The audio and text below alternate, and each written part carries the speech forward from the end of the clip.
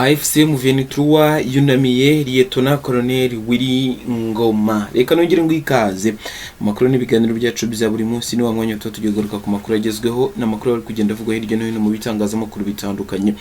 Reka twanzike tugaruka kuri iyi nkuru ivuga yuko umutwe wa AFC M23 biciye muri Benjamin Mbonimpa usanzwe ari umunyamabanga uhoraho wawo unamiye Lieutenant Colonel Willy Ngoma wahoze ari umuvugizi w'igisirikare cyawo, imugaragaza nk'umusirikare w'intwari uzahora uzirikanwa. Mbonimpa abinyujije ku rubuga rwe rwa X yagize ati intwari ntizijya zipfa, n'abakundwa bacu wari ofisiye w'intwari ndetse n'umunyarugwiro, tuzakomeza kukuzirikana mu mitima yacu, udusurize intwari zacu dukunda n'abavandimwe bacu baraho. Byabaye rero mu rukera rwo kuwa kabiri tariki ya 24 Gashyantare nibwo Lieutenant Colonel Willy Ngoma yiciwe mu gitero cya drone ingabo za leta ya Repubulika ya Demokarasi ya Congo zagabye mu gace ka Rubaya muri territoire ya Masisi. Kugeza ubu nta makuru arambuye AFC M23 iratangaza ku rupfu rwe. Amakuru icyakora avuga ko muri rusange abantu 9 ari bo biciwe muri icyo gitero cyagabwe n'ingabo za leta ya Congo Kinshasa ndetse n'abarwanyi b'imitwe ya Wazalendo bafatanya nazo kuri uru rugamba. Ni coalition nini irimo ingabo bavuga yuko ni za Tanzania ziriyo, ariko iz'u Burundi ziriyo byeruye, bagafatanya n'umutwe wa FDLR n'aba Wazalendo n'igisirikare cyangwa nacyo cyohereje abasirikare. Ibintu bikomeje kuba urujijo cyane muri iyi ntambara, bibaza ese iyi ntambara ntigiye guhindura isura kugeza ubwo twari turi mu bihe bivuga yuko ari iby'agahenge, noneho bikaba bibaye bibi kurushaho kugezaho n'umuvugizi wa gisirikare ukomeye nawe birangira hatakarije ubuzima kandi hari harasinywe agahenge. Ukuvuga ngo ibintu bisa nkaho bitaraza kuza koroha muri uyu munota cyangwa muri aka kanya. Ikintu gihari rero, ikintu gihari cyo kwitegwa nuko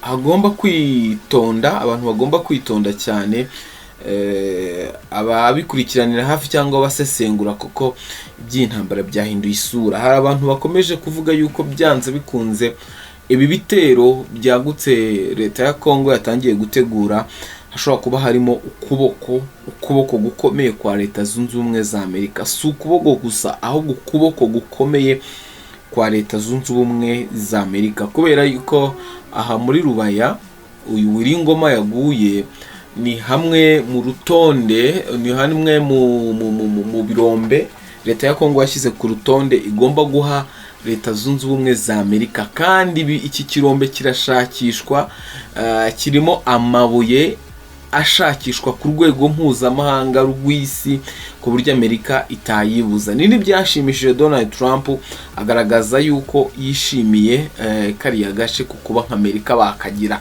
Byanze bikunze Amerika ishobora kuba hari igitambo yatambye, cyangwa ishobora kuba hari imbaraga zayo zirimo yabiza ubutasi cyangwa na ziriya drone zaba zarashe, kuko hari abari kuvuga yuko ziriya drone ishobora kuba ari iz'Abanyamerika zisikaninga cyangwa bashyiramo ifoto y'umuntu, drone igasikaninga mpaka ikamenya aho uwo muntu ari, paka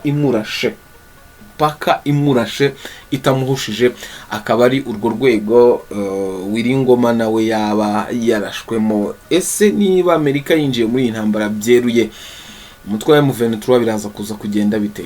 Uraza kwicara uhangane na Amerika cyangwa sinzi icyakurikiraho, ariko igihari nuko Amerika isa nkaho yarangije gufata uruhande. N'ubusanzwe usanga bari gukorana, bari gusinya amakontra na leta ya Congo. Itangwa rya kiriya biriya birombe biri muri Rubaya byanababaje M23, bigezaho nawe M23 itangira ibyamagana ivuga yuko leta idafite uburenganzira bwo gutanga hari ahantu bagenzura. None bari kuharwanira umuhenerezo kugeza ubwo haguye abasirikare babo, bikaba bitumye n'umwe mu basirikare bakomeye wabo ahasiga ubuzima. Ariko amakuru atugera avuga yuko haguyemo abasirikare bagera mu 9. Biravugwa yuko kandi Wiringoma ashobora kuba yapfuye agerageza kurwana kuri General Sultan Makenga. Andi makuru akavuga yuko Sultan Makenga yahungiye mu rusengero akaba ariho yaba yarokokeye, ariko nanone bakavuga yuko ashobora kuba afite ibikomere byinshi by'amasasu akaba arembye. Reka dutegereze twumve ibiraza kuza kuvamo, ariko igihari gikomeye nuko aka kanya bitaraza kuza koroha. Ariyo M23 iri kuvuga yuko iraza kuza guhorera urupfu rwa Wiringoma, ariko nanone twavuga tutese nihazamo ukuboko kwa Amerika baraza kuza guhangana n'aba banyamaboko. Ntabwo byoroshye, ni ibintu biraza kuza gufata indi ntera. Intambara yahinduye isura, dore yuko na Angola natangiye mbivuga yoherejemo abasirikare, kandi Angola niyo yari yatangaje agahenge, none yarangije koherezamo abasirikare. Deja bageze ku kibuga cy'imirwano, bazanye n'indege nabo z'amadrone. Ntabwo turaza kuza kumenya uko biraza kuza kugenda.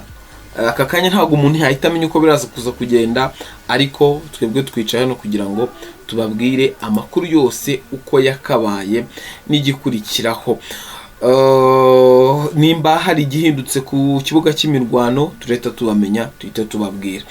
Rero tukiri mu makuru ava hariya muri Congo za Masisi, ndagira ngo nkubwire yuko rwambikanye hagati ya FCM23 n'igisirikare cya Congo cyangwa na coalition ya Congo mu gace ka Luke. Ni inkuru ikomeza igira iti nyuma y'icwa ry'umuvugizi wa M23 Liyetona Colonel Wiringoma, ibintu byakomeje guhindura isura ku rugamba hagati ya FCM23 na FARDC na bayiri inyuma. Ubwo ni coalition nyine, aho imirwano irimo kuvugwa i Masisi.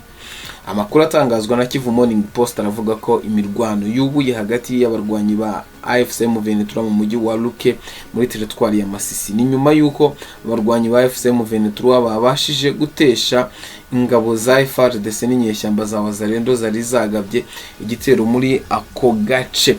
Imirwano yo kuri uyu wa kane tariki ya 26 Gashyantare 2026 iravugwa nibura mu birometero 6 uvuye Kazinga, ahari kumvikana urusaku rwinshi rw'amasasu. Baragira bati aha hantu hari kumvikana urusaku rwinshi urusaku rwinshi pe, urusaku rwinshi rw'amasasu. Ibikomeje kugira gute? Ibikomeje kuba byadogera. Intambara yo muri Congo iraza kuza kurangira gute? Ko uyu Donald Trump ahora yigamba ko yayirangije. Ibibiya byo biya bishatse kuvuga iki? Kuvuga yuko intambara yirangije, ngo yahagaritse ngo abantu ngo yahagaritse ngo intambara yicaga abantu. Wavuga ko ari intambara y'u Rwanda na Repubulika Iharanira Demokarasi ya Congo, ariko n'ubusanzwe still akavuga ngo yarayihagaritse kandi abantu bakaba bakomeje gupfa.